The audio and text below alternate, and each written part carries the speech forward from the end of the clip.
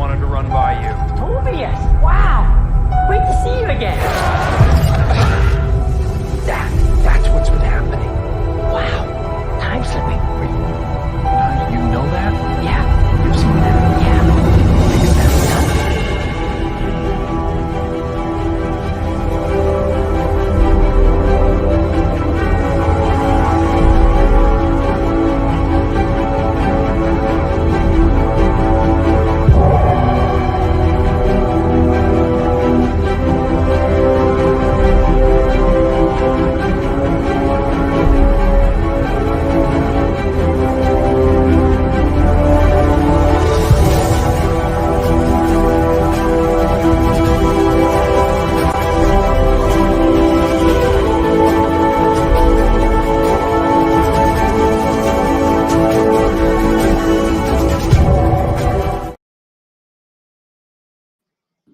What's up, everybody? This is Chris Knight, of course, with the Loki Roundtable for Season 2 here on Khaos Central. It's good to have you guys here.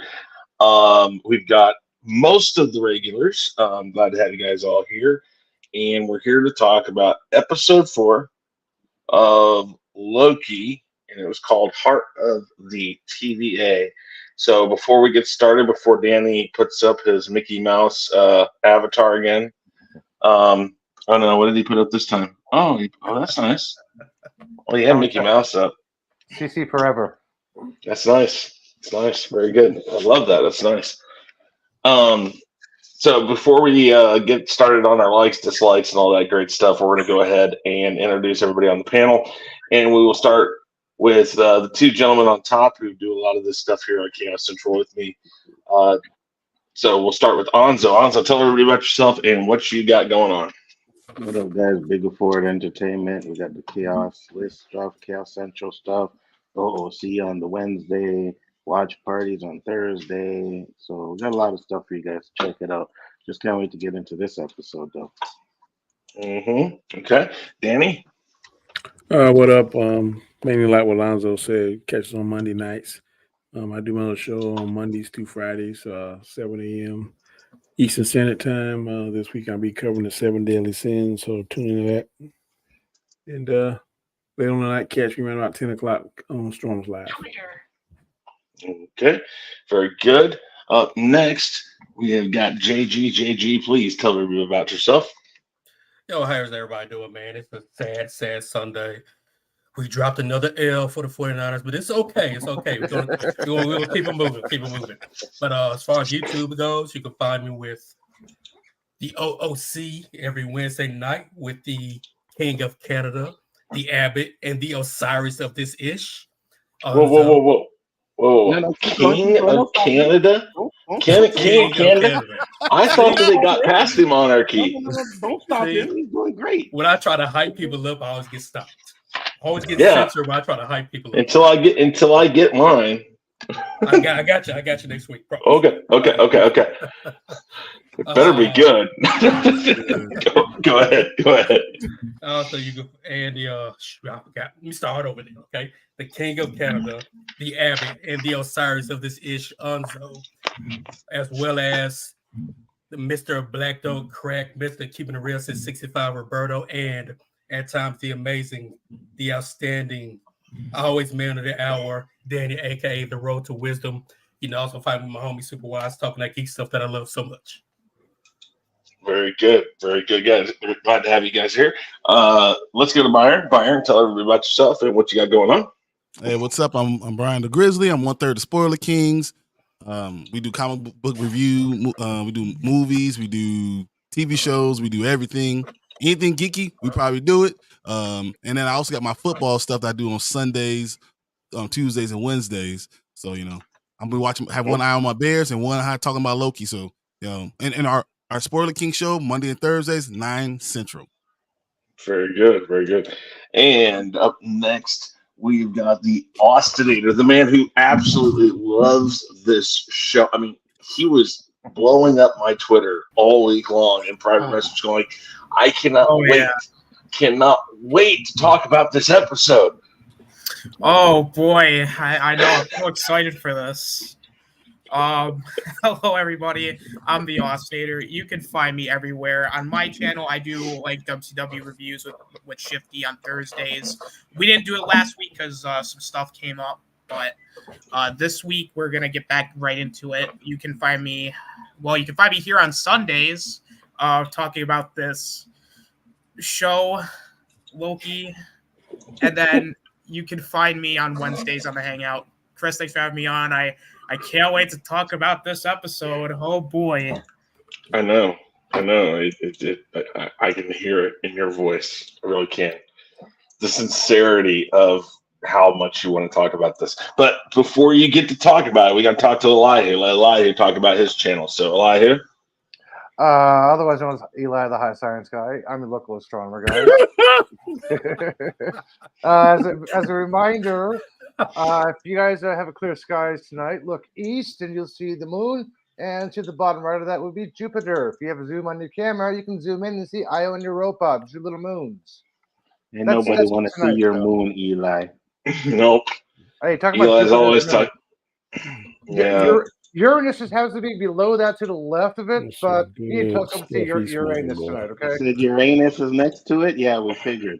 Yeah. Yeah, of course. Of course, Elihu knows where Uranus is. That's all. That's the problem. He always knows where it's at. And I do not want to explore Uranus, by the way.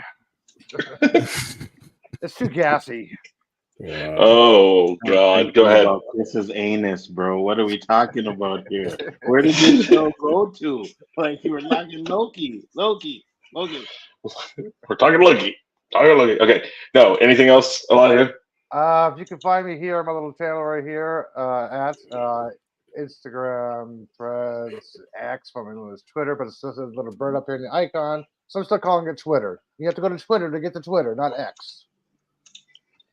Yes, Jedi Bill. Throw it in his face, Jedi Bill. Because Donnie, you missed the bullshit he was preaching in there earlier today. You missed this bullshit. Oh, well, you know what? It's a given, right? Well, I expected them to lose. That's not a surprise to me. Wow. What? Even kicked me out because I was challenging his bullshit. Well, I was just wanting to say my piece and be done with it. It's all right. I'm not too worried about it. It has to happen. It's fine. I gotta make a big announcement today. I gotta make a big one. I've been playing this fantasy league and I've been shit all season. Oh, you 0-7, but I finally look like I'm gonna pull out one win this week, and it's against my brother to my left, or you're right, whichever you're looking at, Mr. Danny Brown over here. What up, Danny? How you doing? Well, you know what's the sad thing about that? I don't care because I don't feel good.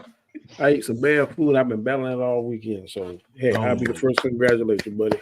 Stop eating 7-Eleven sushi, okay? Come on. Thank you for your input, Mr. Hottie, not Hottie. All right. Well, glad to have you guys in here. I see David's here, Shifty, G Major's in here, Poe's here. I'm sure we'll get some others, guys. I have several tweets out there. Please retweet it or whatever the hell you call it. I had to put that in my first tweet about 30 minutes ago. Yeah. I was typing. I used to put, please retweet, like, and share, right? And so this one, I was like, please and then in parentheses, whatever the hell they call it now. So I'm like, how the hell do we know this stuff anymore? It's like, God, it's horrible. Anyways, yeah. So I'm Chris Knight, Real Review 3000, Honstar YT, Name That Tune. Of course, here at Chaos Central, got a lot of different stuff going on. We're very close, guys. Very close to getting back to normality here. I feel my anticipation is so, I'll put it this way. I got good news today about my computer, and that's why, even though the Chiefs lost, I'm like, you know what? That's all right, because Mahomes only got 4 points in fantasy, I'm probably going to beat Niners in our fantasy league.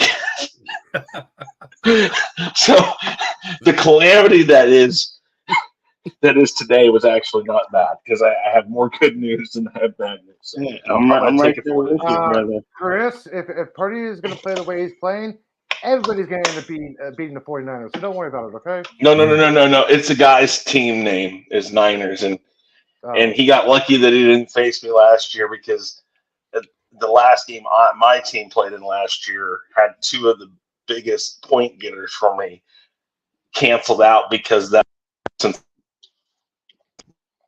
You're roboting. Oh no!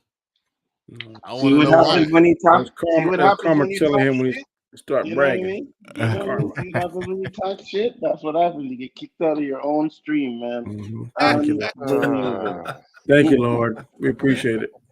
Facts, 100%. And he said Russell Wilson's the worst player, worst quarterback, and his team got beat by it. So what does that say? You can say whatever you want to say about Russell, but you know what? He's Anyways. still there. He's still a quarterback. He's still in the middle. You know, he's still somewhere in the middle. Middle of the pack, I'll do Yeah, that. middle of the pack. That's what he is. I totally Who? agree. I agree with that. Who? You ain't no fucking Mike Trubisky. Wilson. Oh yeah, he's a good backup. Who's a good That's about- backup? Mike Trubisky? As long as he's on the, hey, he holds that clipboard real straight. So as long as he he does. stays on the That's sideline, That's he's what a good. backup should be. They should be on the side. I don't want to see him touch that field ever again. Never. Give me fucking Colin Kaepernick. Like, what are we doing here? Like, get rid of this Trubisky guy. Give me Colin Kaepernick. I'll take him. I'll take fucking Tony Romo at this point over this guy right now. Wasn't Cam supposed to practice with the Jets? No, it never happened. Oh, I thought he was supposed to lead a practice or something. Yeah, no. Oh. All right. I think Warren's going to be in. A couple of about- minutes. Yeah. Yeah, about 12 minutes or so. So we'll go ahead and start with our overall thoughts of this episode. So we'll start. Let's start down at the bottom. Elihu, overall thoughts of episode 4, Heart of the TVA, please. Okay. My overall thought is I don't know who I'm more afraid of, Miss Minutes or Badgie. Holy shit. Holy shit. That's my impression. Okay. All right. Let's see here. Who's next? Is it Ostinator? Ostinator? Yeah, Yep. Ostinator.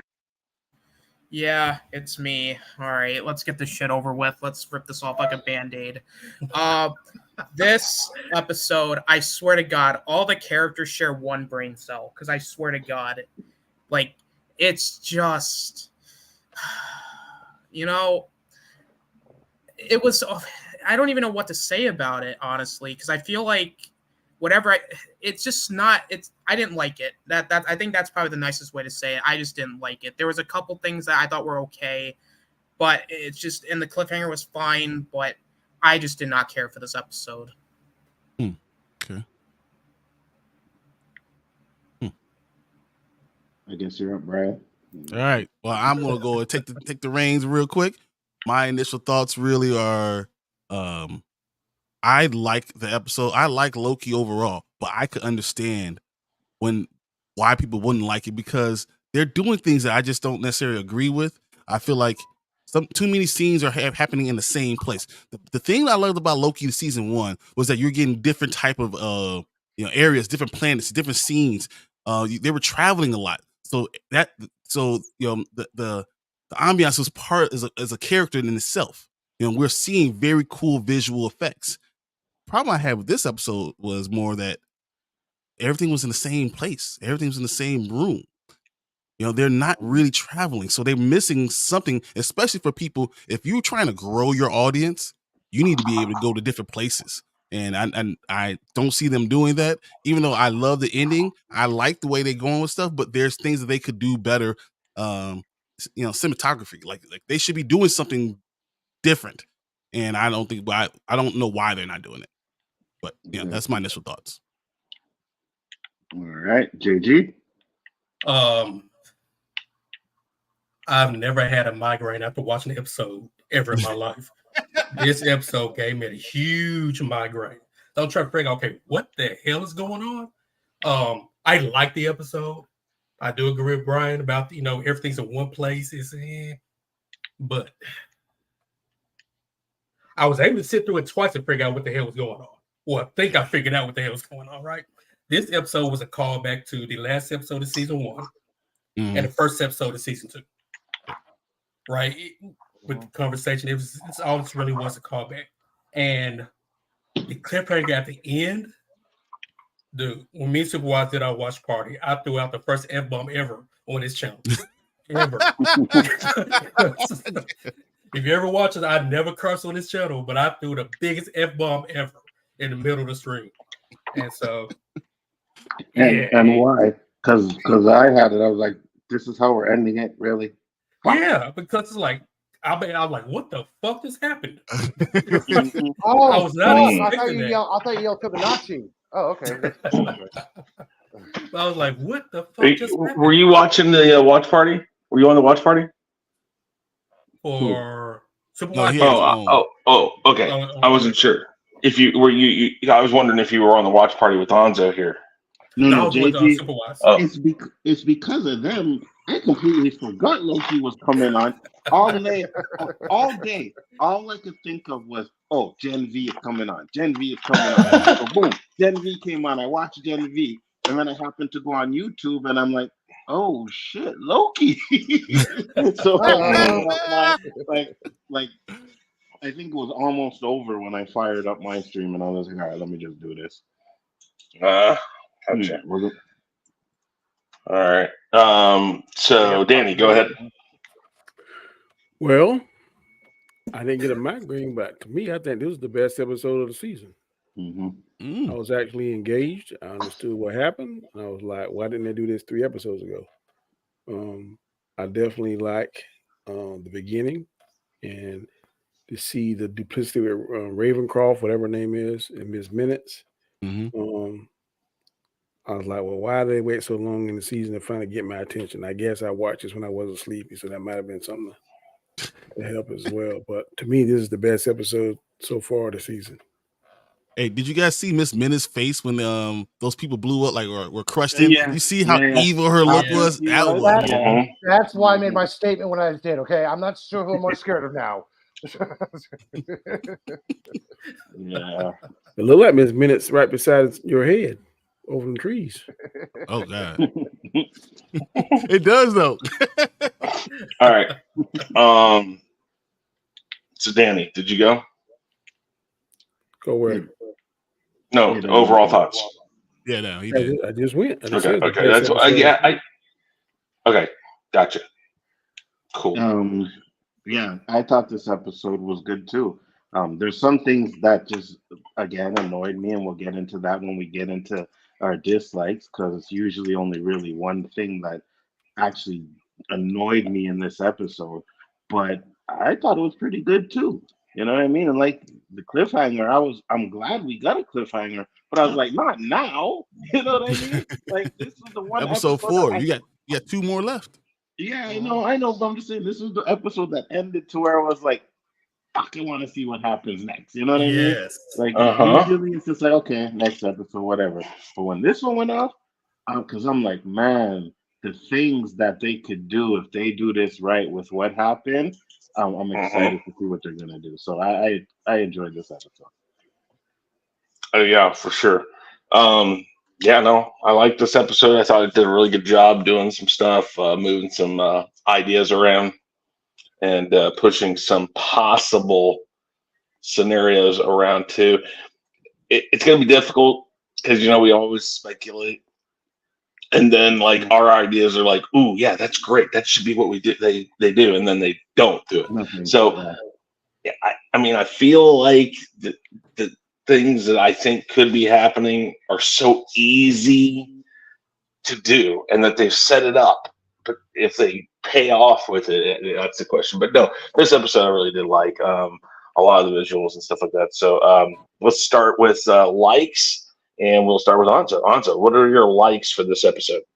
So first off, I love Miss Minutes. Like you guys said, that her look on her face when they were killing the dudes in the room, I was just like, oh my God, she is fucking ruthless. And then I love when they were resetting her and she turned back into like just a regular digital clock before. I thought that was really the cool. time is. Yeah. I like that. And when what did she started stuttering, right? And Mhm. Jonathan Major character timely was like, hey, it's not nice to, because he thought she was making fun of him, you know what I mean? So I thought that. I think some of the jokes in this episode hit too.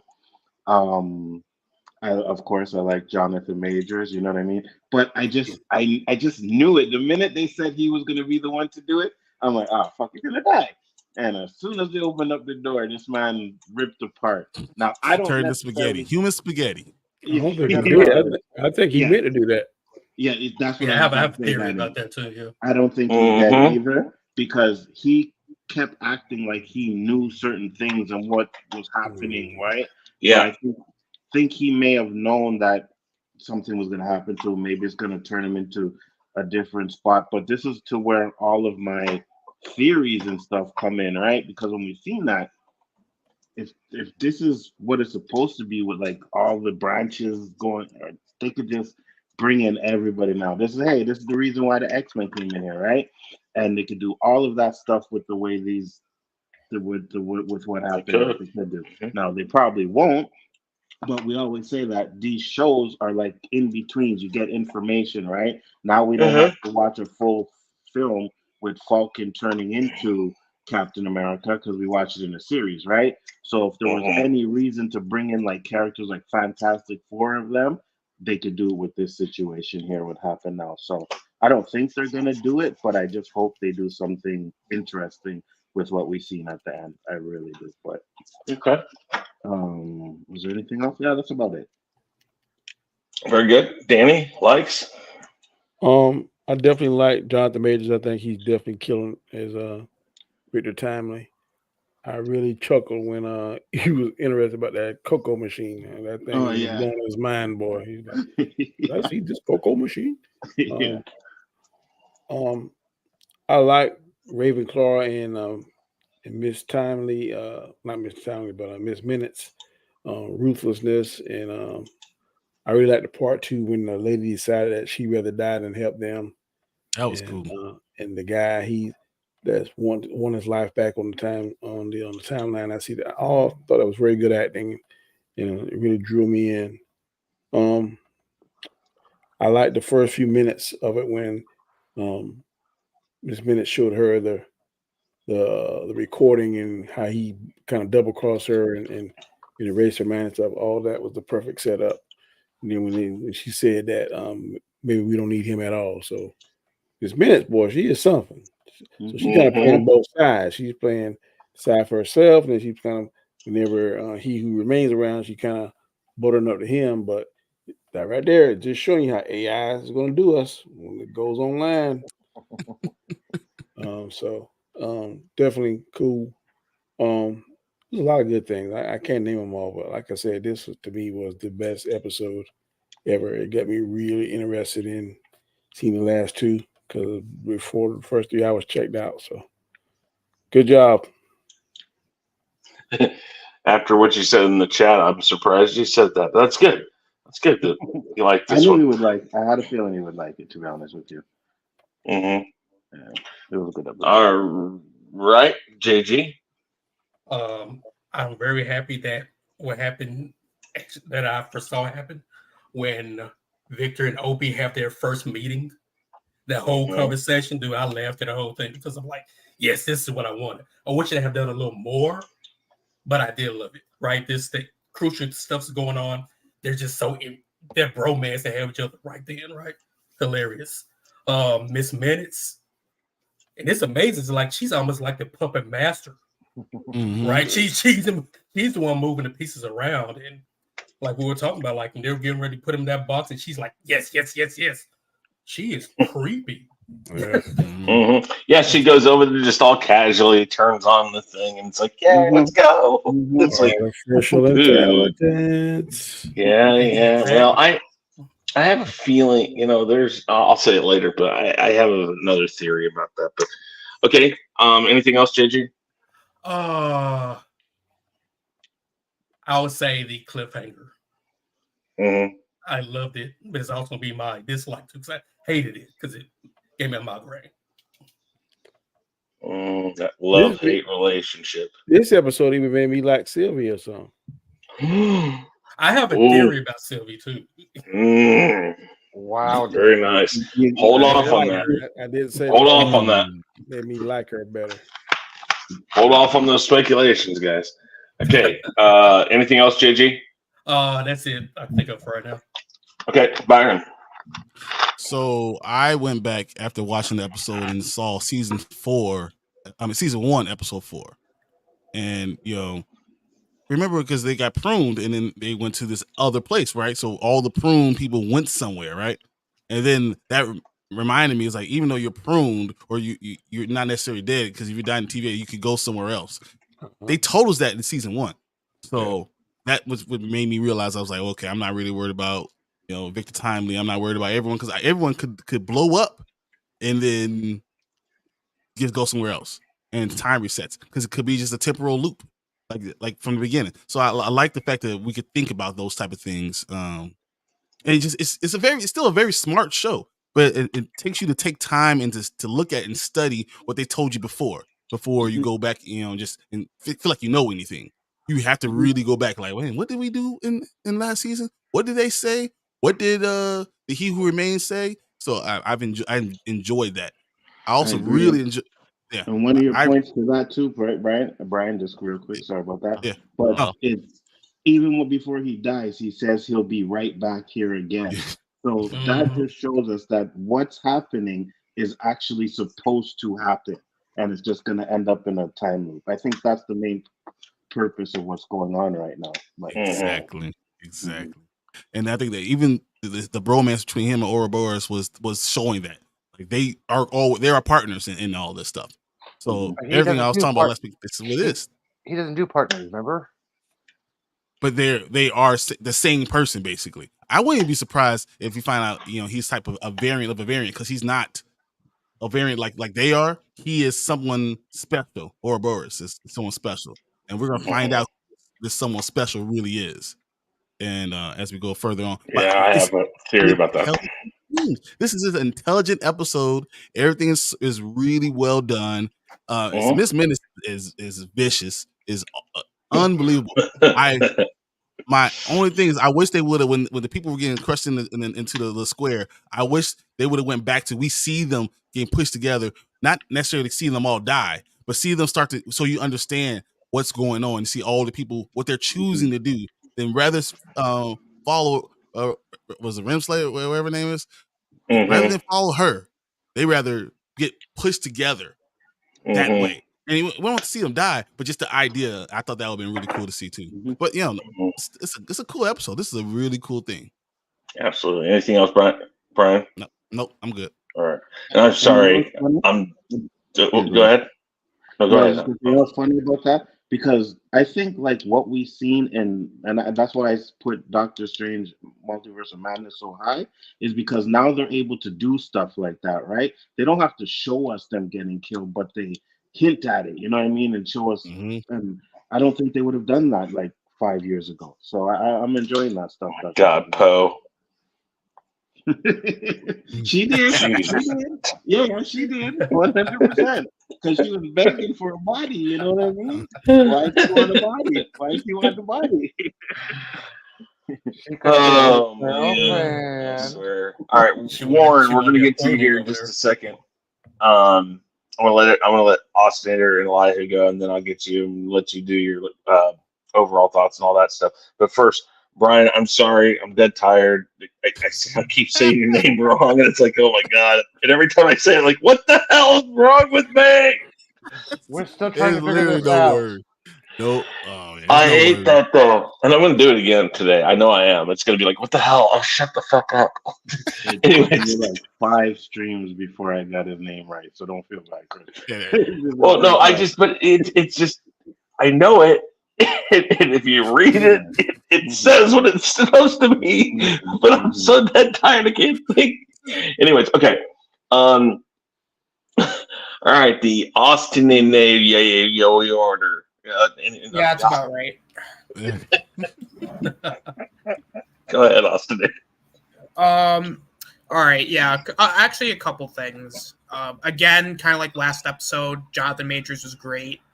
I felt like he carried the episode at points. He I did like the interactions between him and Obi because again, kind of what was set up in the last episode where he had like Obi's works and how Obi kind of is almost like inspired. It almost looks up to the Timely. So I thought that was kind of cool.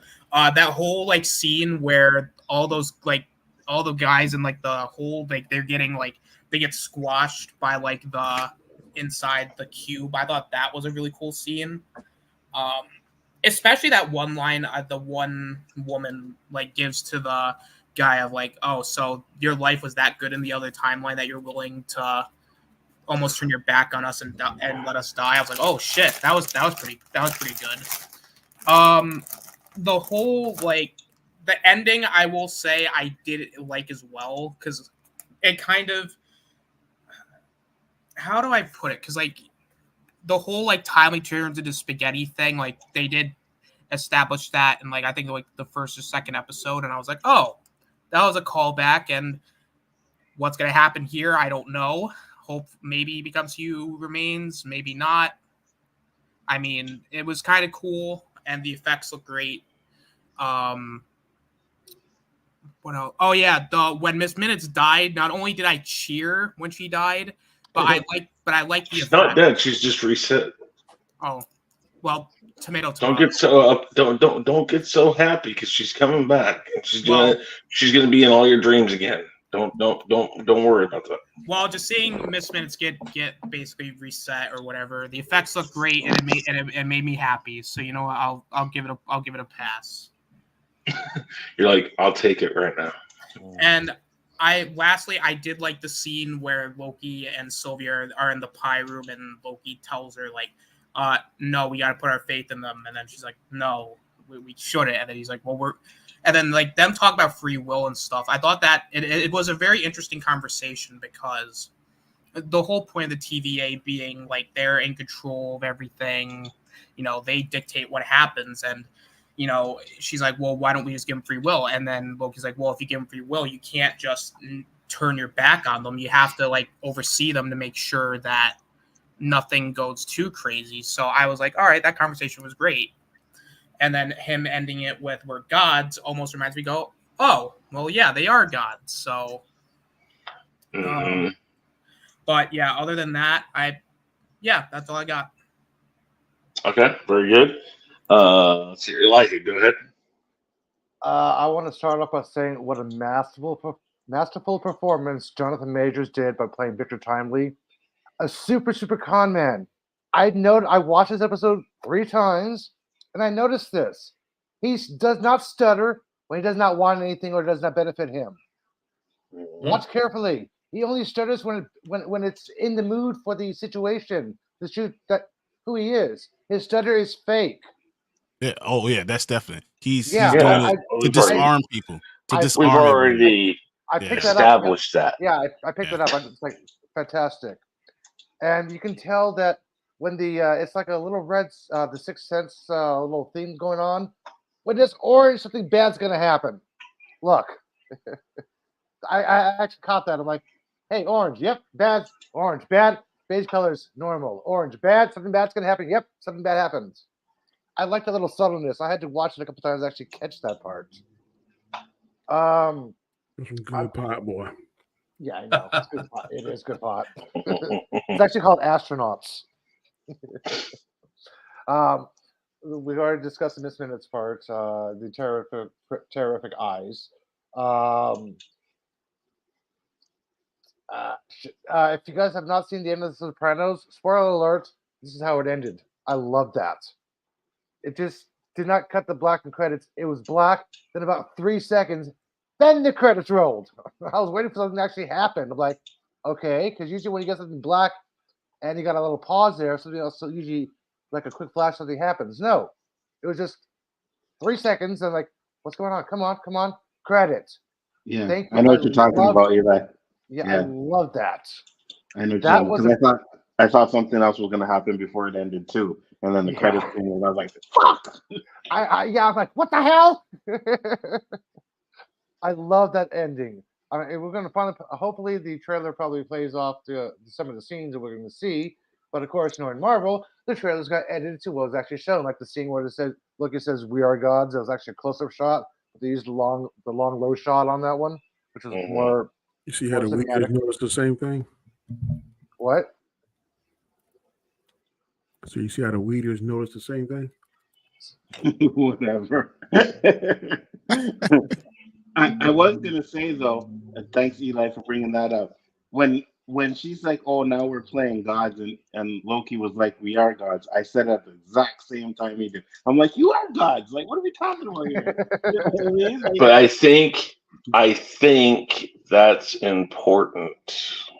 Very important. it probably will be. Yeah. And the fact that Victor Timely got spaghettified was all part of He Who Remains is planned.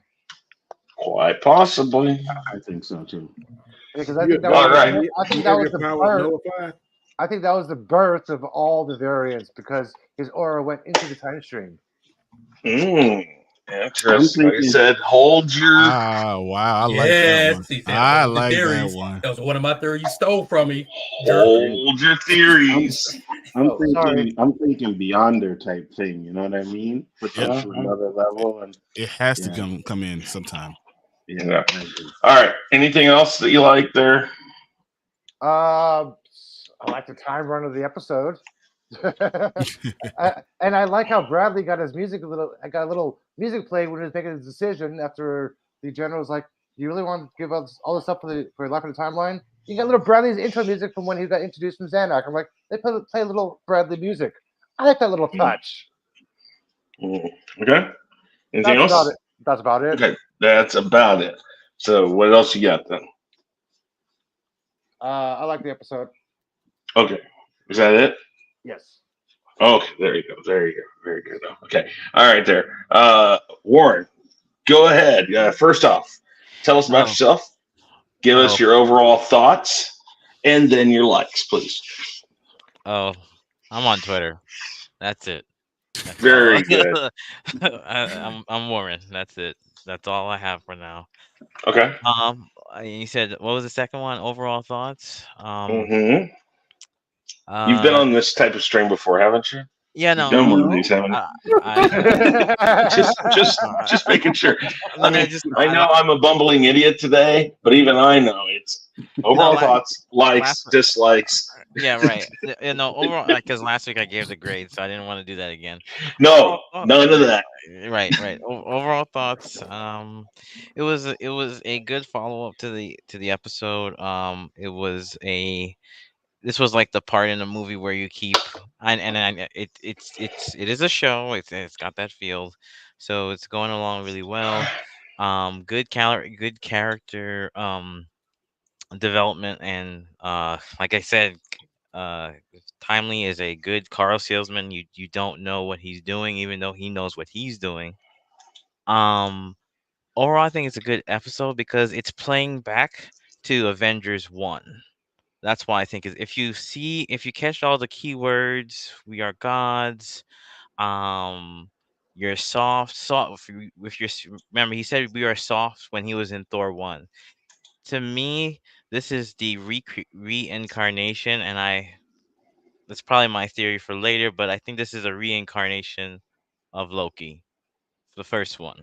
If you pay attention to everything that has been going on, he's slowly coming back. And this goes back to what He Who Remains said is, I've been watching all this time. I've been doing all this stuff. We're gonna get back Loki that was burdened with glorious purpose and wanting to rule all, we're seeing that by play on the words. If you pay attention to everything he actually says, I thought that was very scary because that Loki didn't care who, he wanted to make sure things got done. Hearing the blood drip in the room that those people were killed was a way of putting imagination in your mind to show how horrifying, and the way Hunter B-15 played it off. I thought that was good. And yeah, I liked it. I'll get more into it later, but I didn't want to go too much. So, Your positives, though. positives. Mhm. episode has this. Well, I guess this is a overall positive. Each episode has been at least 40+ minutes. Thank God they've learned their lesson. So we're not if we're gonna do the six episode thing, which they said they're not gonna do anymore soon. This is what you need to have done in the first place. 50+ episodes, 45 to 50+ episodes. Um, this actually feels like a show. It's not doesn't feel like I'm watching a movie. We always get a nice cliffhanger. This is what I like. This is what we needed to have gotten. I'm not saying that Loki doesn't have its flaws, but that's what I like. I like that every ending is a cliffhanger, and it's kind of what I wanted. But it gave you an end, which is what I wanted from Ahsoka. Which I'm not trying to bring that back up, but that's what I'm getting from But this you just show. brought it back up. Yeah. Because I felt like it. Okay. Anyway, But you're not trying to. But you I'm just not trying. Yeah, I'm did. not. Yes, yeah. But that's what I like, and I Yes. think all the characters are. I know this is gonna sound generic. Are the characters are playing their role in this loop, and they don't even know it. That's what's the scary part. That's what I like. Hmm. Okay. That's it. All right. Yeah, you guys brought up a lot of the likes that I had. Yeah, I guess the easiest way to say is what you guys said. They're each playing the part that they're meant to play in the way that they're meant to play it. And like Brian said, there's definite things happening here. And Warren just said it where you have to pay attention to what is happening as it's happening because each little thing is very important. And I believe that hopefully when it's laid out, we're going to be like, okay, this is what was going on. Because right now, it feels like even though we're watching it in one synchronized uh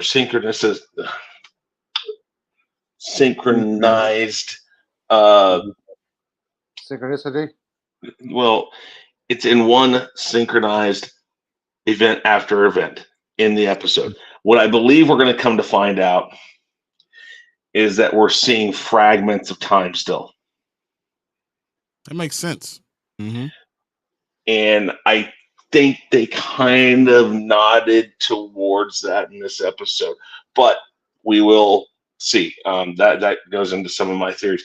But yes, the best part about this episode is what's being revealed to you, and the fact that everything that's being revealed to you is kind of, again, like we said, and like Brian and myself said last week, is that they built in a thing to tell you this is his plan. So whatever happens is supposed to happen. So it's beautiful because there's nothing they can do wrong. Whatever they do here, the end result is right because it's what the plan was. And they haven't told you what that plan is.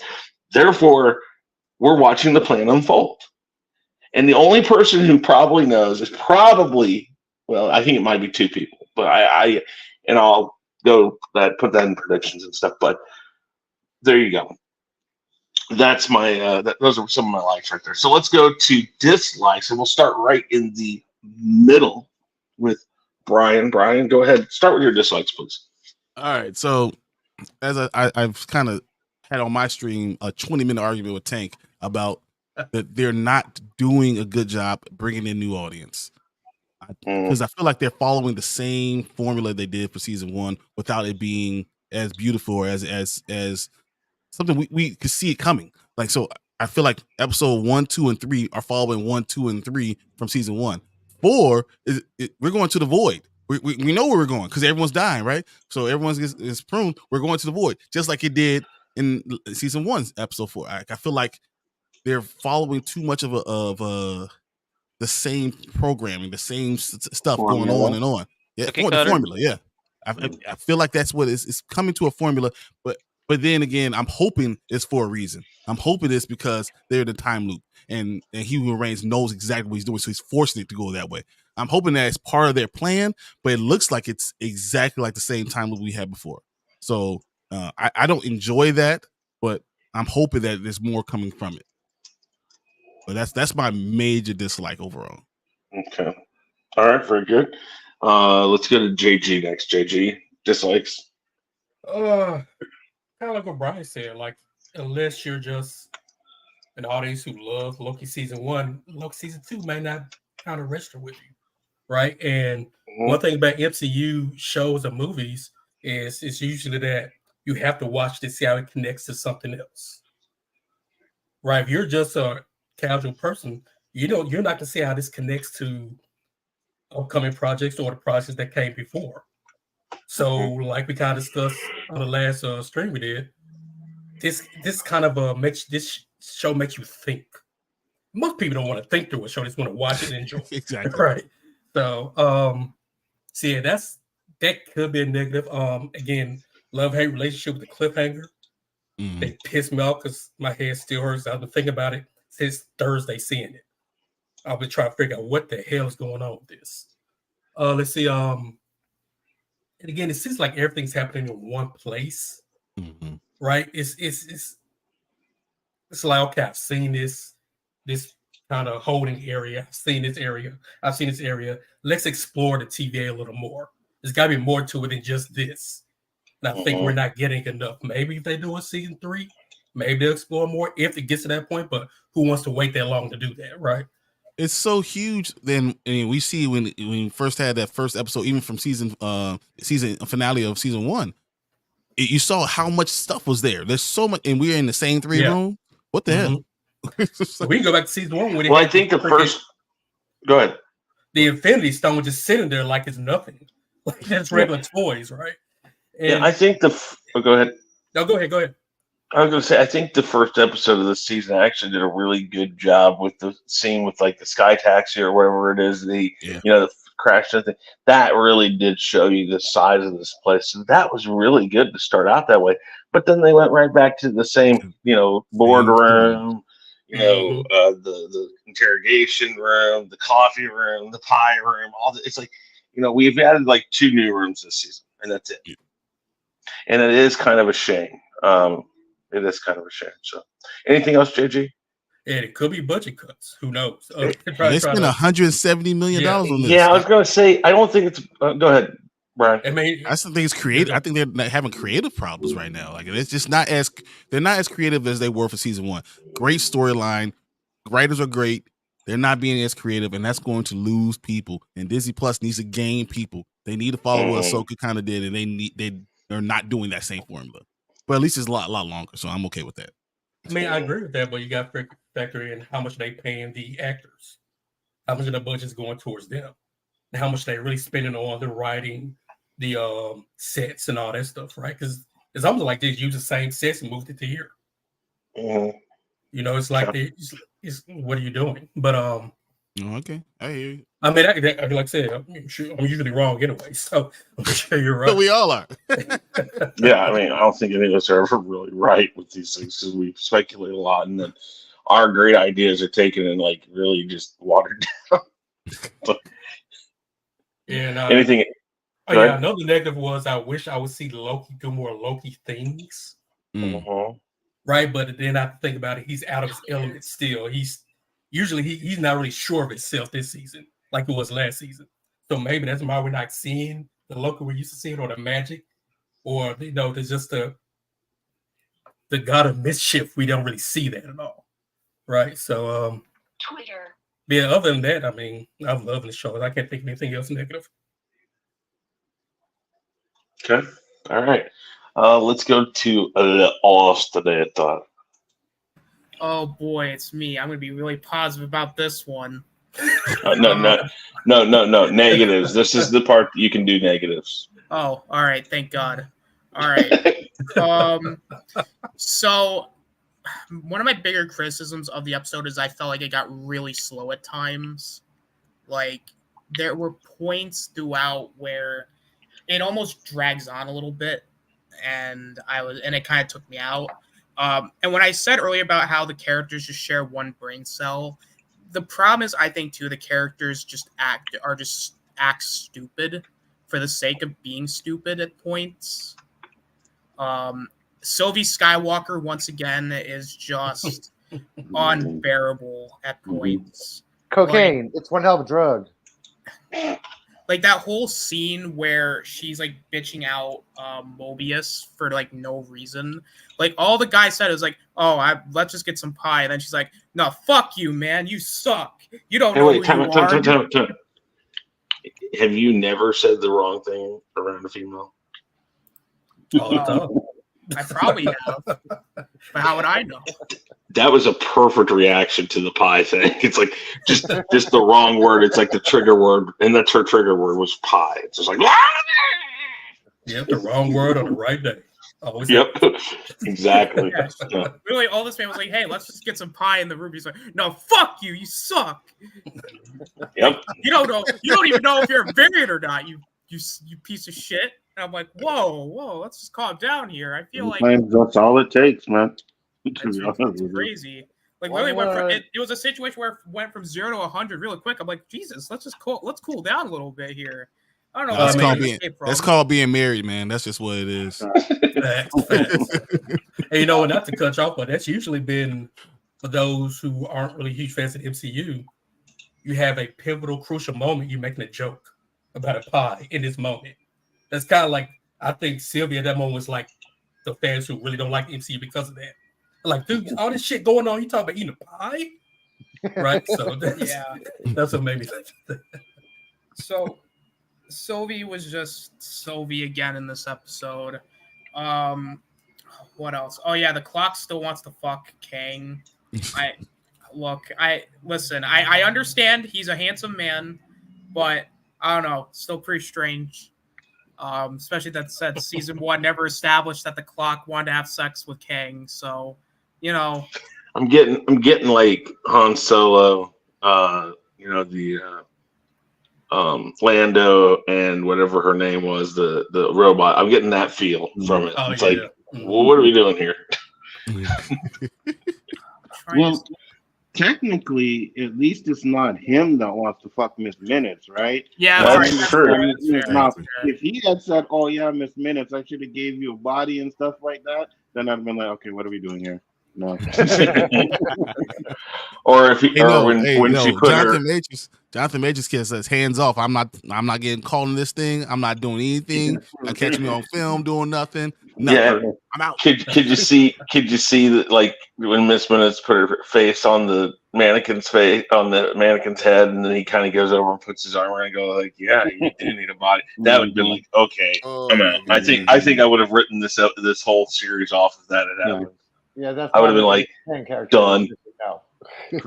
Done. All right. I'm sorry. Anything else, Austin?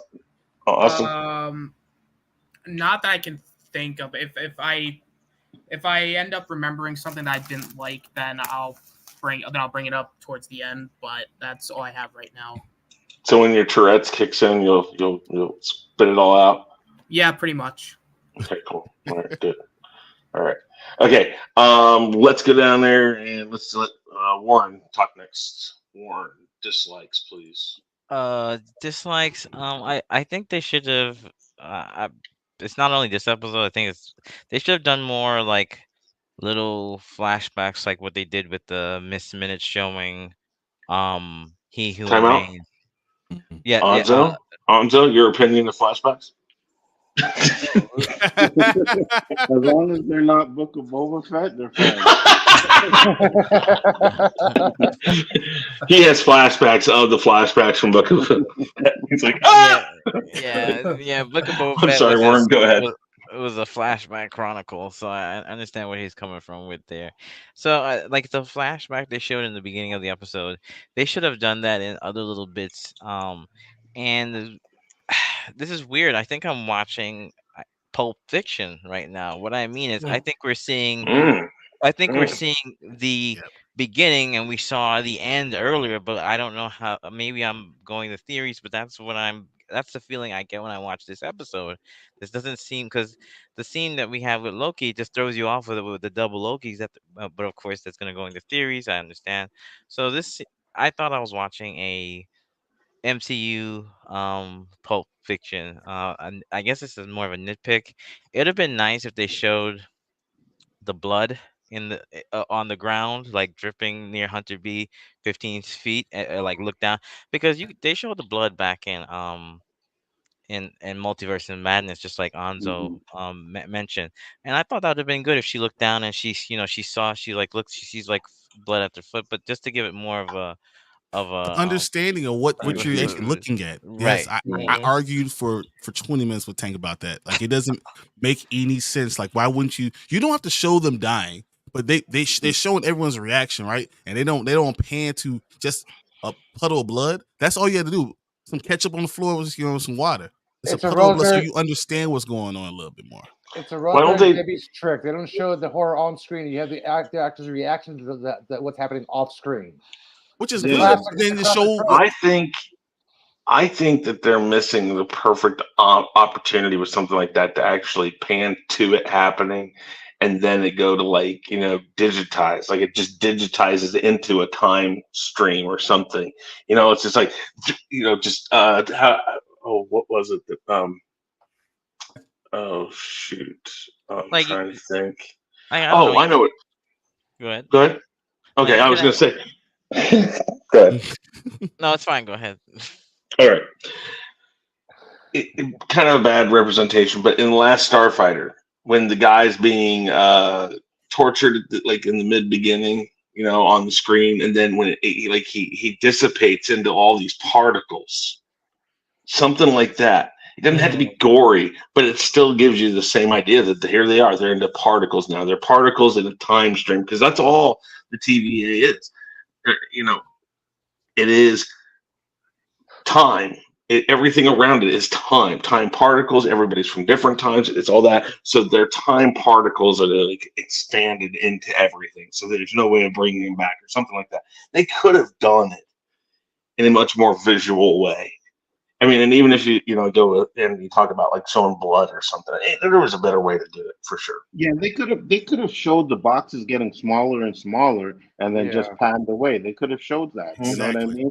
They could have done a little bit more. And I thought, because of what we've seen in Multiverse of Madness, that they would be able to, push the limits a little bit more. And that would have been pushing the limits. You were like, oh, watch it get smaller and smaller, and then you cut to something else. Stay away, and then you show their reaction, but at least you see what's going on. You see their reaction, and then at the end, when the next one comes in, and when B-15 comes in, and she just sees a puddle on the ground, that gives you everything you need. You don't have to show any violence, but it gives you everything you need with that. I don't think they're going to show that on Disney Plus. Okay, it's Disney Plus channel. What are you talking about? The Daredevil series is on there. Yeah, I was like, what do you mean? They've already done. Isn't Predator on there somewhere? Yeah. Oh, it is. Oh, okay, never mind. It's like it's like they don't have an excuse anymore. They can't hide behind the Disney name anymore. Yeah, don't show death, but they can't show reactions, but show blood, show what the aftermath is, so we all understand without having to do all this other stuff. You can do that. It makes sense. Yeah. My last thing is this though I like the episode, it seemed like it was a puppet master episode. Like, it was just that's the feeling I got. There's a puppet master, and the puppets are just doing it. Now, maybe again, I've watched all the others. The normies who are watching it probably like, what are you talking about? So again, this is nitpick, I guess. Nitpick critiques. So that's basically it. Oh, and the Miss Minutes thing is just it's just reminding me of it's then Ultron just is in love with a human, well, whatever he is. That's what I find a little odd and weird. And well, Renslayer is that was the one thing. I'm sorry. Renslayer had a really big build up, and of course they're gonna go. I'm sure they're gonna go more in the next episode, but it just seemed like her whole drive was just so linear. Like, there wasn't more behind it. Again, I was disappointed by Renslayer. That's the last thing. Oh, okay. All right, we're good. Elihu? Two things. I'm gonna bring up the Renslayer one. It was not Renslayer's character when X5 got hexed. I'm like, shouldn't she have noticed immediate change of demeanor as soon as the way he walked in? I'm like, but this is not how he acts. What's going on here? That was out of her character. I did not like that part. The Because she's second part, smarter than everybody else. yeah, I'm like, when did she catch on to this? She should have caught on to right away the way he walked in. I'm like, wait a minute, what's going on here? Yeah, if I was Renslayer, I would have caught on to that, but I did not like that moment. The second part is, what the hell is that infatuation with the cocoa? Come on.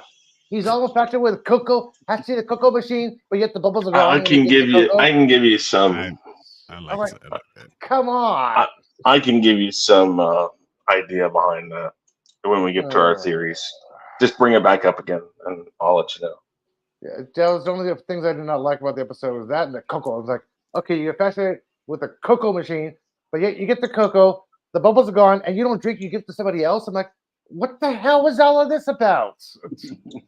I don't understand that. They could have found another way for Timely to go wander off somewhere and X5 do the other guy. I'm like, that was My only totally complaint about the unnecessary. cocoa. My only complaint about the cocoa is like, dude, don't blow my cocoa and then try to give it to me. The bubbles I are want gone. your, I want Well- your breath or something I want to drink. Yeah. All right. And then anything else? That's about it. Okay. All right. Very good. Danny, dislikes for this episode, please. I really didn't have any. Like I said, I thought Okay. it was the best episode. Wow. Okay. Very good. Anzo. Yeah, I have to say Sylvie. Like she is just for me, she brings this show down, like all her complaining and crying, and it just drives me crazy, man. And I'm just like, listen, man, you already know that everything that happened is your fault. Like whether you Yeah. want to admit it or not, we know it's your fault. You killed the man, and he was trying to explain to you guys, no, I want you to come over here and take over. You know what I mean? And then do it the way you want to do it or whatever. But no, she was like, oh, I'm gonna kill him. So now it's all her fault, and all she's all really doing is just bitching and complaining, and I can't stand her. That to me is the worst part of this episode. So I think that's the only issue I have. Yeah. I don't have many either, or if any, because I think every little thing in this episode has a meaning, even down to the cocoa. Now, I will say the whole Sylvie thing is what's funny is for somebody that just last episode was like, I'm not going to help you, he needs to die and all that. Here she is, and when he gets spaghettified, she doesn't. That's the point where she should just turn around and walk out and go like, well, that's gone, that's done. And like whether or not it's her fault or not, her reaction to that should have just been indifference. Like, okay, well, this is what I wanted anyways. I wanted but him she doesn't gone. want the whole thing to blow up. So like she doesn't want to die herself. No, but still, I think she's still showing difference because that was their chance, and she gave Loki a chance to try to do it. Didn't work, and so now she's gonna be like, well, I'm gonna go where I'm gonna go, and if it's gone in 3 seconds, it's gone in 3 seconds. If it's there for 3 minutes, it's there for 3 minutes. That really should just her whole attitude throughout most of this, and even last season, was indifference until she got to the end. Well, yeah, but then she got to the end and she killed him, and that's like her mentality is that's all I want. I just want him out of the way. I don't want anybody messing with my stuff. And I don't know. I mean, I understand what you're saying also, but I think maybe just she needed to be a little more indifferent about everything. But that's all right. All right, let's do our grades and final predictions, final thoughts, all that stuff. And we'll start with Anzo. Anzo, grade. Grade for this episode, I'll give it an A. I thought it was really good, other than the Sylvie stuff. Predictions, I'm thinking, and I don't know, man. We seen the way it looked like. It looked like things exploded, like the timelines just were going to go crazy. I don't know if they're going to find a way to get them all merged into one or something like that. I don't know, but I do believe that this is going to be the start of maybe We get to see the Kang that everybody fears, right? Maybe it's the Beyonder. I don't know. He's reborn as the Beyonder or something like that. I just think that this could build into something, and I hope that it really does build into something that affects the whole universe. That's what I want. Okay. Very good. Danny? Danny? Oh, I yeah, don't yeah. know what I think that whenever he stepped into that machine, that he meant to do that, that somehow that's going to give him his powers back, and all that's one big plan. I don't know whether he's gonna put different little, I guess, DNA strands in the different timeline, but I can see something like that happening. I think he definitely knows what's going on.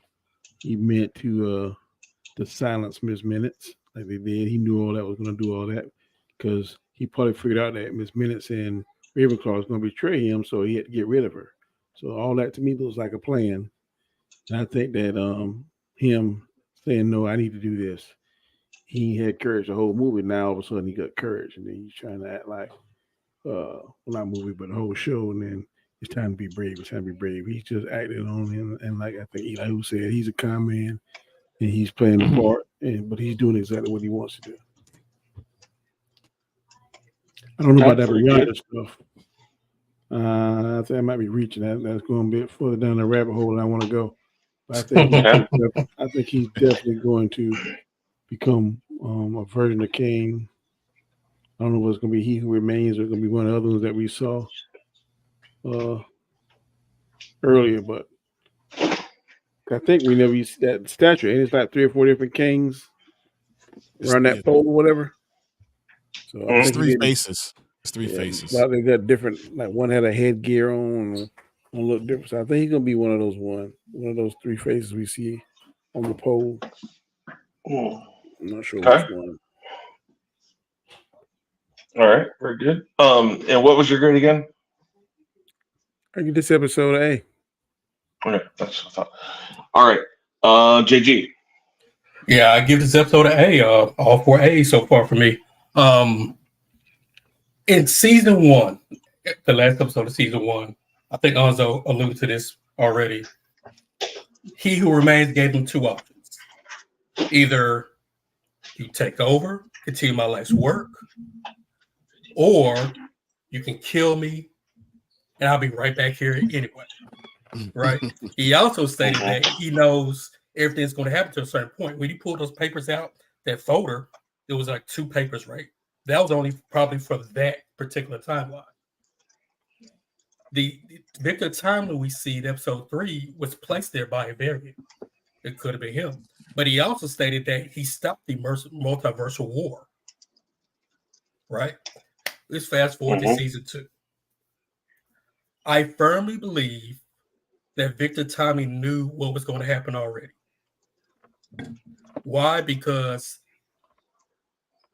let's go back to the Cocoa. For some reason, he wanted to know what that cup of, I guess he thought it was coffee, whatever that Mobius had. He goes to the machine. If you want something so bad, why are you giving it to somebody else before you even try to taste it? Exactly. Because when he gives it to the one guy, he snaps his finger, turns around, raises his finger to the sky, and then he gets pruned.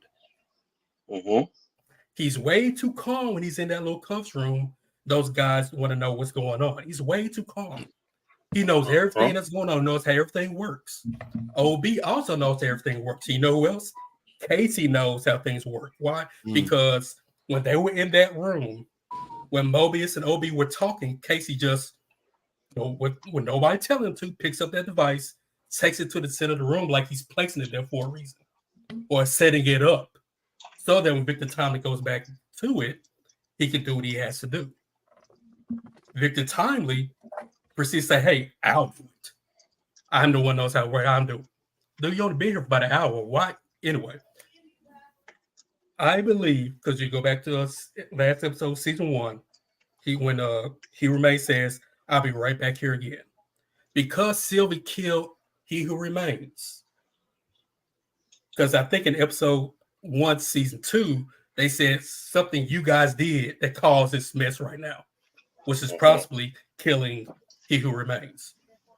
Victor Time, I think, knowingly went out there because he knew that by basically, if he actually did sacrifice himself, other variants of him will be reborn again. And I think the next episode of Kang, or whatever we see, will be the version that they didn't want. Unlike Game of Thrones, you kill off Joffrey, but you got somebody worse coming in after him, right? Okay. I firmly believe that the next person coming up is going to be the worst Kang. And I really think that all roads will lead to Fantastic Four eventually, because they're the ones who actually defeat Kang. So it has to lead to the Fantastic Four. It's kind of weird how you'd like to see him do that. I would like to see him do that, but it is in MCU. But the way he kind of spaghetti and all that stuff, it kind of reminded me how Fantastic Four, when they go into the radiation in space, they kind of explode a little bit and they get their powers. It kind of reminded me of that a little bit. Okay. Maybe just what I want. Who knows? You see the private chat, Chris? Yeah. Okay. Anything else? Oh no, that was it. Okay. Chris, Very good. You see the private chat, Chris? Hold on just a second.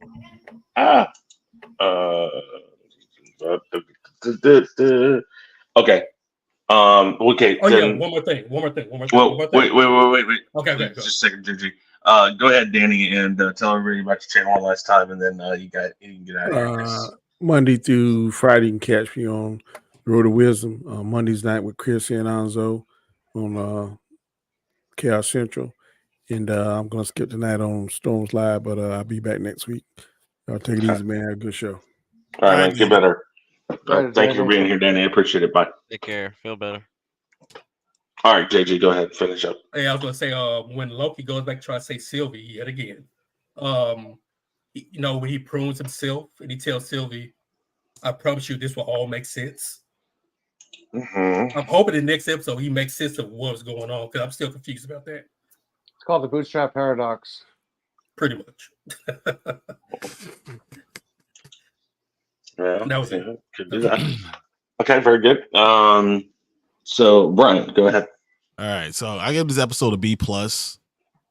Shame.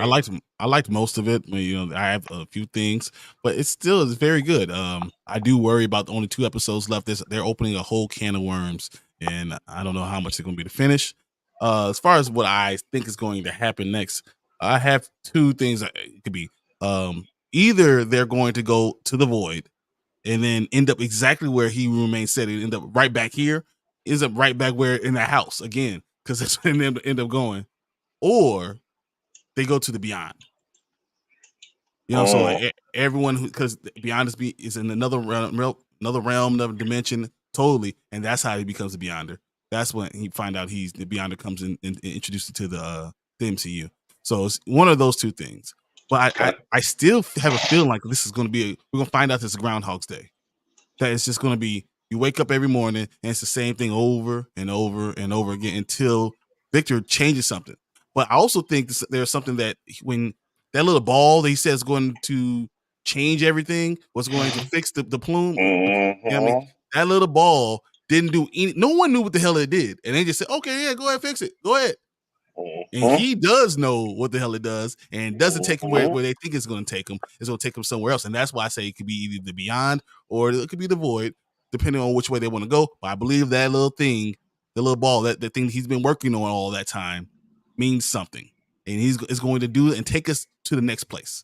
So, okay, yeah, I like that. Let's see here, Warren. Oh wait, real quick, Brian, what was your B plus grade? B plus. Okay, thank you, Warren. I give it it's just a solid B, because it's just I just give it a solid B. I can't. The episode before was much better. I'm sorry, I can't really go higher than that. Predictions is very simple. I think what's going to happen is we're going to see they're probably gonna go back to where like same zone, kind of like what Brian said, like how you got pruned, but maybe this is a different place that people get pruned because it's a different timeline. I wouldn't be surprised if they showed something of past Loki, because I'm sorry, but I'm just seeing a pattern of the old Loki that started from Avengers 1 build up back himself to being just kind of cold, not cold, calculating, knowing he has a plan, and everything he says, we are gods. You were soft. This is all coming back from prior movies. So, I think to me, the real villain of the series is going to be Loki. That's the real villain. And I have a feeling that Sylvie is gonna have to kill Loki. That's what my conclusion is coming to at this point, because everything he's doing just seems like, yes, it's manufactured, but I'm just getting that. So that's overall. That's my predictions and everything. Okay. Very good. And Elihu. My overall grade for this episode is an A. And my prediction is number one, it's not Mephisto. He's not going to show up anywhere in the series. No Mephisto anywhere. Well, this basically exploded the whole entire timeline. So the MCU has just got rewritten. So anything can happen. Like you can have, he's supposed to have Loki supposedly time slipping. Does he maybe because he has the time stone in his pocket from when he pocketed earlier from season one? Maybe that's why he's still time slipping because he got blown up in time and space. Because last time he was time slipping, he slipped in the exact same place.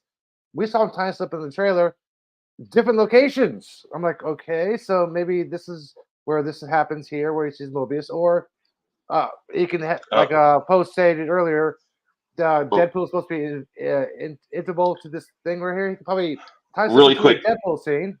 Yeah. Excuse me. I'll be back in just a minute. Go ahead and keep talking about stuff, and then I'll be back to give my predictions and all that. But just give me a second, okay? I'll be right back. Okay. Yeah, and time's up, by the way, Chris.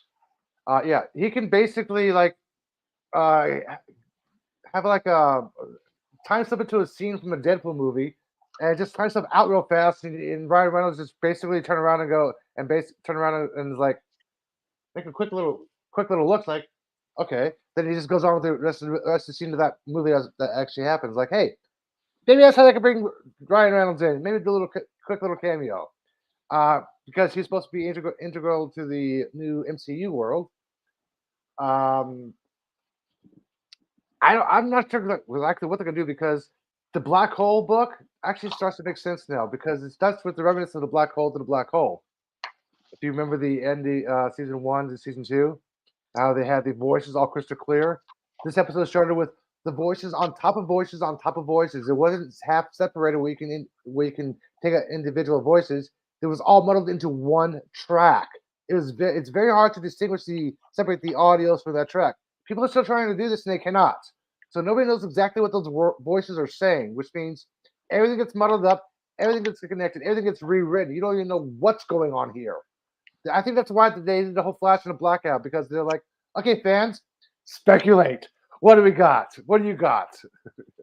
I think this is their little chance to let us vent. Like, okay, without any repercussions or guesses, without any trailers, because we know Ravenna Renslayer is in the voice. She knows Alliance is going to protect her, is going to get back to the Citadel, go back to TVA. Yeah, we know all that.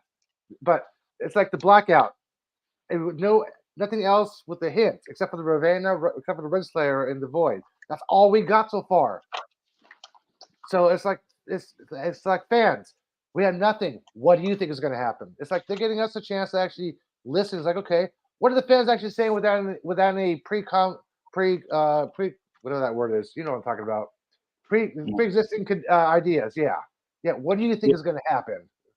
Well, you see, that's the thing. I think that's what, and as much as people hate or didn't like WandaVision, I think that's the one thing that's missing from a lot of these shows is that WandaVision had people speculating on what's going on and, doing all kinds of research and watching the show over and over again. right? And I think a lot of these shows, and granted, some of them, you know, Falcon and Winter Soldier, you weren't expecting that. But something like this, where Loki, yeah, they should have you speculating and questioning and wondering what's going on from the start, and just be like, what the hell are we seeing here? And I think that this last episode with the cliffhanger does actually that, because with so much stuff that we know that they're supposed to do in the multiverse, how are they going to bring in this? How are they going to bring in that? They can start with this. Yeah, If we're not going to everything. end this series, we could start it with this, you know? The whole all timelines converged into one. I mean, you saw his aura get converged when he got spaghettified. So maybe his timeline, maybe he's the beginning of all the variants when his aura went into the time stream. What, I'm like, hey, who knows? This is speculation, of course, because I have no idea what's going on except for the Ravenna Renslayer in the Void thing, and we all know how that's going to turn out. It's interesting. I'm excited to see what they're gonna do and where they're gonna go with it. Again, I just have an issue because so far they've dropped the ball way too many times to where I'm like, are they gonna drop the ball on the end of this series or not? Or else are we gonna get something really epic? You know what I mean? And so far, I'm leaning towards getting something epic. I really am. Teaser toward the next movie, toward Secret Wars. I mean, the Kang Dynasty. What's the next one called? It's called the Kang Dynasty, right? Yes. Yeah. Yeah, maybe it's gonna be. Yeah, maybe it's supposed to leap into that one like WandaVision leaped into Doctor Strange.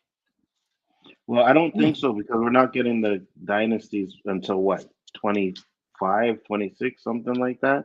So I think they have a lot more stuff we got to do in between before we even reach there. So I think what we're seeing, 2026. I think a what we're long seeing now, time. is just the beginnings. You know what I mean? I think there's a lot more that's gonna happen between now and then, to where it's like, oh shit, because they got to give us sooner or later. They're gonna have to give us a hint of that Kang that everybody's is afraid of, right? Yep. I think the next Kang is going to be a goody two shoe Kang because not all Kang variants are evil. There's got to be a good one out there somewhere. So I think there's going to be a good one. Maybe. I You also forgot. have to. I'm sorry. Go ahead, man. I forgot to mention, if you notice, if because I'm sure we all watch Quantumania. Do you notice that the exiled one, he went into he kind of blew up, kind of like same way Victor Timely did. No body, no death. He shrunk into the ball. Yeah, but I actually watched Quantumania last night. yeah, but the way the whole thing was starting to look, if you compare the devices, it's kind of the same. Like it was starting to implode, and he gets sucked in, and you don't, and it just blows up. So it's kind of weird correlation right there. To be honest with you, now that you mention it, and I'm thinking about it, I got to go back and watch it. But the device kind of did look the Look same. the same. It looks very similar. The device in the movie had a round. This was all This was all gears. It just had a round circle inside in the movie because the TV show No, had so all it gears. it's still no, it was round, and then he opened it up and had gears. But like overall, it was still round. Yeah, but when it's Scott closed. was inside the device, you saw no gears like that. It was all round and the gears are No, we're not wide. talking about Scott. We're talking about what killed He Who Remains. I'm sorry, Ken. When he went into that machine, that looks kind of like what we're seeing now. Not what I really think this is going to lead into Moon Knight season 2. Ramatut. You got Ramatut. We have to have that variant in there. I saw something where that some podcast, whatever case he was listening to, was the same one that you heard in Moon Knight season 1. So there's a lot of tie-ins with Loki and Moon Knight. I don't think we need any season 2 of Moon Knight. I really don't. Let's just avoid that one, please. You know, I am getting hungry. I need to take off, guys. No problem, Eli. But I think did Alcinator get his stuff too? Give his grade. Oh, I forgot you. No, I did not. Okay, go ahead, Alcinator. Sorry, hang on. Sorry, hang on. Thanks for having me on, guys. I'm taking off. Tell Chris his second is up. He said he'd be a second. His time is up. So no problem, Eli. Take 5 care. minutes. You want to tell the people where they can find you? Yeah, hashtag #LetYouWho, XX, Twitter, whatever, Instagram, Threads, that sort of stuff. Cool. And don't forget to look up by the moon. To the bottom right would be Jupiter. To the top left of that, high up at an elbow's length, would be Andromeda Galaxy, M31. So look up, guys, if it's clear tonight. Cool. Later. Take care. See ya. Later. Austin, later. You're up. Well, I will be honest and say that the episode was a lot better than last week. With my issues with it, I'd give it a C plus. I just thought the episode was too slow, but I at least like what they're setting up. I just hope that these next two episodes deliver. As far as what I may think is going to happen, it's possible we might see the He Who Remains, possibly. He might come back after the whole him turning into spaghetti thing, but again, I honestly, it's just one of those things where I'm just not completely interested in it, so it's kind of like I'm just seeing how it goes, but that's really the only real prediction I have right now. So yeah, that's all I got. So here's this: would any of you be disappointed if Victor Timely he's just dead? No, no, because it's part of the plan. Yeah, I think him get spaghettified, throws out some variants of himself or whatever. So his death is for a purpose. So if he is dead. So yeah, but he was brought in there to fix what was happening. He wasn't able to do it, and then all of a sudden he's just dead. Like, if they don't do something with that, I'm gonna probably be disappointed, because I'm like, what was the point then? It seemed to me it's just like, we just put him in here to have Jonathan Majors in the show. You know what I mean? So I want them to do something with it. Well, that's why I don't think he was meant to fix anything. I think he's meant there to fulfill a purpose. That's what I'm saying. That's But that's what I'm saying. I hope there is some purpose, though. I hope his death wasn't just like, hey, we had Jonathan Majors in the show, doom, boom, and Victor Timely's dead, and then we get another Kang variant. It just seemed like it was a waste of things. It'll be a waste to do it in episode 4, and that's why it couldn't happen now. It'll have to happen like as in episode 6. The fact that he died so early, that means that he has to come back, because you don't have time to introduce another one right now. Exactly. That's what I'm saying. All right. So sorry. I guess I had to run. I was I got a call from work, so I had to take care of it really quick. Anyways, I give this an A. Also, my predictions is that Victor Timely knew everything that was going on, because when he gets sat down by them, like I think Brian said, the whole like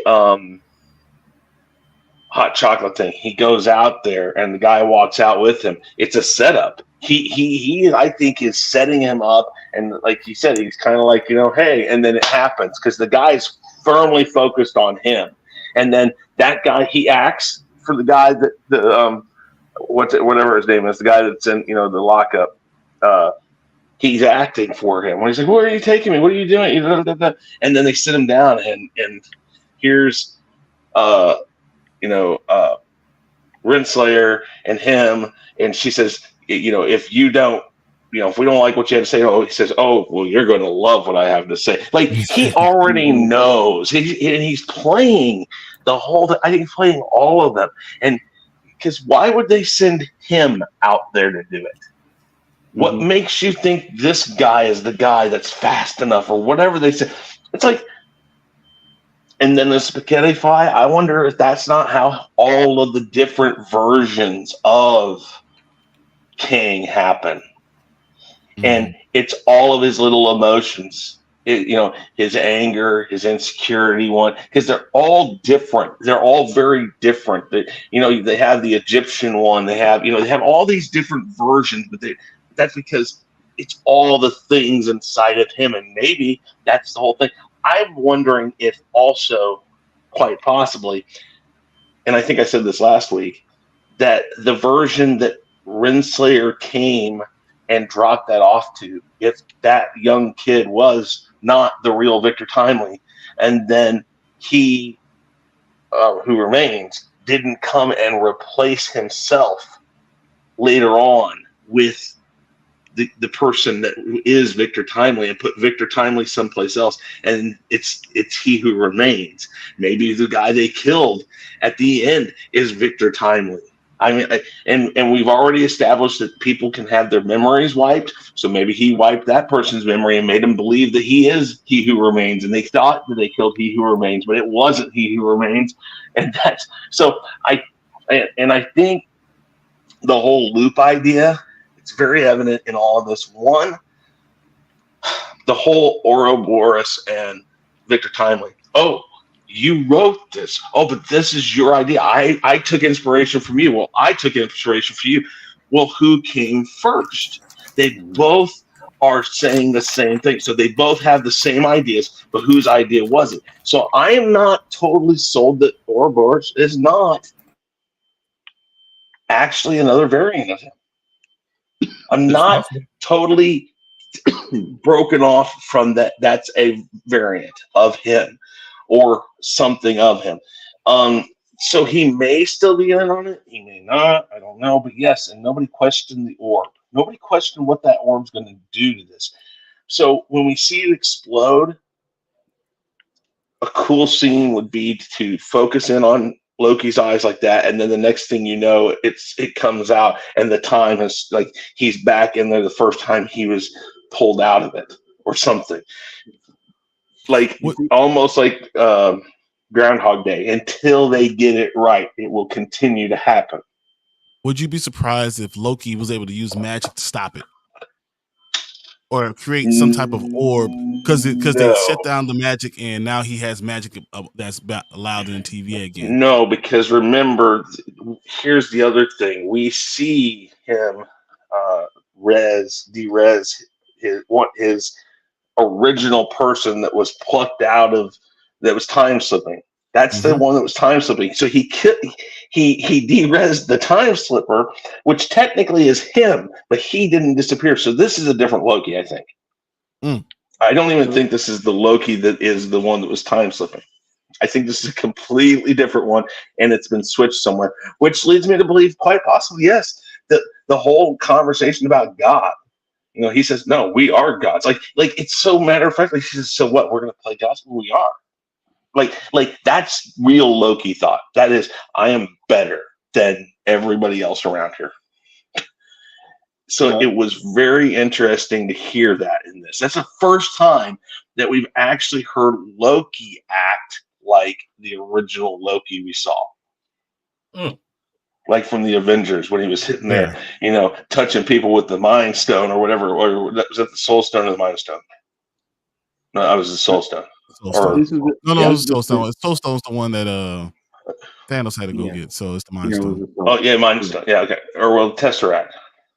Yeah. So here's the thing that I think, right? Because I know we talked about, you know, Ouroboros being a variant and stuff like that, but and Jonathan Major's character Victor Timely, like he seemed like he knew what the plan was, right? But nobody knows what's in that book, right? If Sylvie or Red gave him that book, she probably wrote things in that book, or maybe something like he who remains wrote what's gonna happen in that book, and that's why Victor Timely was kind of like, oh, I can't wait to tell you guys what's gonna happen and this and that, right? He was he slapped the book. Why would he just take the book out from underneath his shirt and just put it down right in front of him? It's like I have the playbook right here. So when he said, "Oh, you're gonna love what I have to say," he puts that book down. Like, here, I have the playbook right here. I know what's gonna happen. And there's a lot of handwriting in his, like a lot of penciled in handwriting. You can see it when he was getting ready to get it signed. His has a ton of handwriting. And that's why I was like, he had to have known what's going to happen. Everything was set up in place for him to do what he did. It's just the way it just felt. I totally agree with that. Even Casey, you know, putting that thing in the middle. No one told you to put it there, so why don't you just at that moment pick it up, take it there? All of a sudden, every time it pops up right out, it's just my hair's already hurting again. Yeah, he knew what to do. It'll be interesting to see what happens. Okay, well, anything else anybody wants to say? No, I think that's it. The let's penultimate go. episode 5 is going to be interesting. And you need to Mhm. do a good job in this episode in order for 6 to be successful. I So agree. this is going to be a very important episode. I agree Mhm. 100%. Because you left that in a way like people like me who I wasn't hating the show, but I didn't think it was nothing special, right? I always said, "Oh, what's the plot? Where's the plot? Where are we going?" But now it's obviously they're trying to fix the TVA from it exploding and stuff like that, and then everything else is just secondary, right? So Mhm. for me to leave this episode and wanting more, you got to give me that more. You can't just be like, "Okay, this is what happened," and then give me something totally trash in the next episode. I'll be disappointed. So I agree with you. All right. Let's go around and have you guys all talk about yourselves one more time. What you got going on? We'll start down there with Brian. Brian, go ahead and tell everybody about Spoiler Kings, what you got going on with your sports stuff, all that good stuff. All right, I'm 1/3 of Spoiler Kings. As I said, we do all comic book stuff. We do movies, things. We do TV shows. Can't believe we're about to get. We got Gen V, so we're definitely gonna do a Gen V conversation. We're gonna definitely talk about Five Nights at Freddy's, and then we got this thing coming up November 10th. I don't know if you guys remember Invincible, but it comes back. Yes. So we're definitely gonna have that talk on Thursday too, along with our Loki talk. So I can't wait for it to come in. We'll do that 9 Central on Thursday. We do it Mondays and Thursdays, and I got my sports on Sundays, Tuesdays, and Wednesdays. So that's what we got. Awesome, very good. Up next, JG, talk about yourself, please.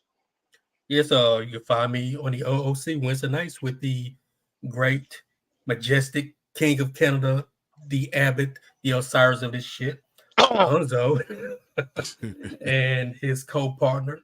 No, man, keeping it real since 65, Roberto, and at times, well, he's not here with Danny. Yeah, we talk about everything. He just didn't do it. He's like, you know what? Screw it. Check the impact, then bounce this time. So I don't know. No, I'm just tired right now. I think we all. I only got so much hot air in me to throw out there. But wow, wait, hold on. So I guess I got more hot air than he does because I'll never stop talking. Oh man, I'm just joking. I'm just joking, bro. Yeah, just joking. Because I'll be looking for a new panel member on the OOC who keep talking around like that. Oh, just joking. And yeah, Thursday nights, Loki season 2 roundtable with my homie Superwise, and we are talking about possibly doing some other watch parties as well. But that remains to be seen. But yeah, Twitter here and there. Very good, very good. Warren? Yeah, you can just find me on Twitter. That's it. He sounds so deflated. He's like, you can just find me on Twitter. You don't want to look for Warren. Just avoid that mess, guys. Like really and truly. There's controversial takes. There's good takes. There's bad takes, and then there's Warren takes.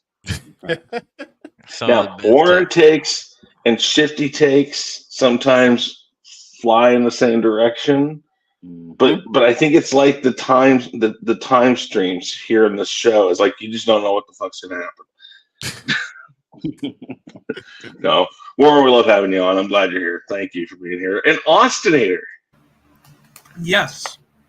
Why don't you talk about yourself? Okay. Hello, everybody. I'm the Austinator. I just do a bunch of stuff. I do WCW reviews with Shifty on Thursdays. We didn't do it last week because some stuff came up, but this week we're gonna hopefully get back into it.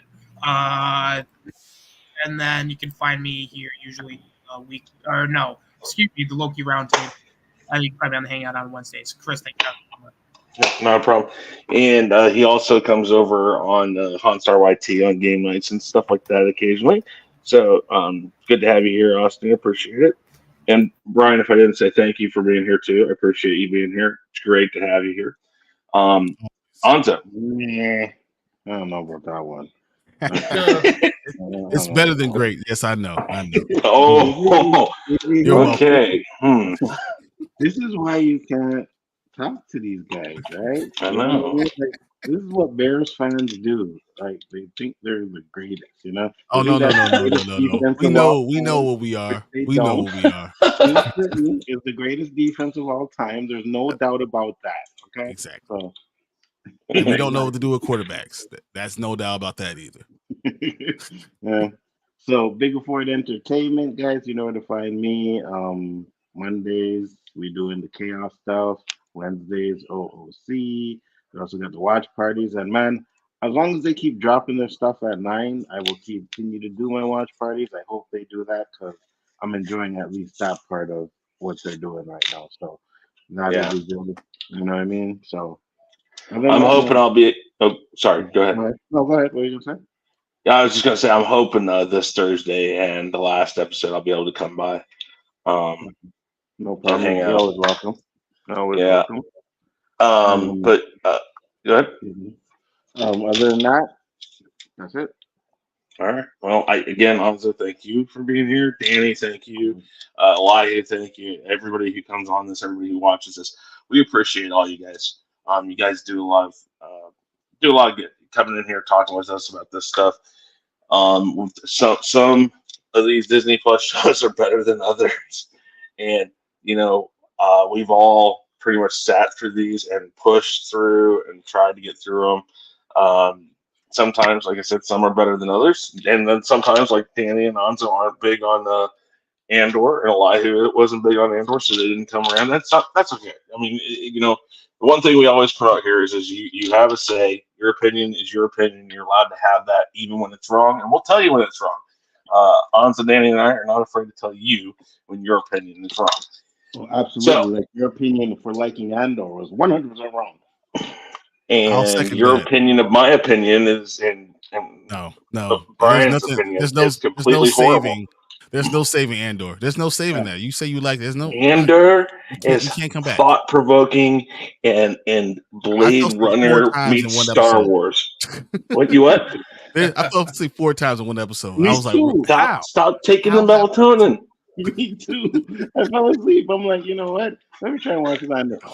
You know what? I'm gonna try and watch this again because I fell asleep. And I had insomnia, and that shit put me to sleep. Anytime I fell asleep, I put on Andor. Trust me on that one. I don't know what to say. I liked it. That's the thing. Everybody else can be wrong. It's okay. I mean, you guys are missing good stuff. So, no. Anyways, I'm Chris Knight, Real Review 3000, Honstar YT, and of course over here on Chaos Central, doing lots of different stuff, gaming streams, weekly wrap up. We're gonna get back to a lot of stuff here soon, really soon, because like I said, got some good news about my computer today, and I'm looking forward to doing things on a computer that I don't have to be on 5 different devices to do one stream. Well, so you're saying 2025? No. No. I think 2025 is the release date of your YouTube channel. So. That's right. It's to be continued. You're absolutely right. You gotta have a beginning before you can continue it. Oh, anyways, thank you everybody. Appreciate you guys all being here, and everybody who's in the chat. Shifty, Shifty's a goat. Andor, Poe. Let's see here. Who else was here? David was here. Let's see here. Robert Storm jumped in. Here we go. G Major was here. Who else? I know there's some other people here. Super Wise. Got a lot of different people coming through today. I appreciate you guys all being here. With that said, guys, we're going to go ahead and call it a day. And thank you very much. Everybody have a good night. Be safe. Peace. Peace.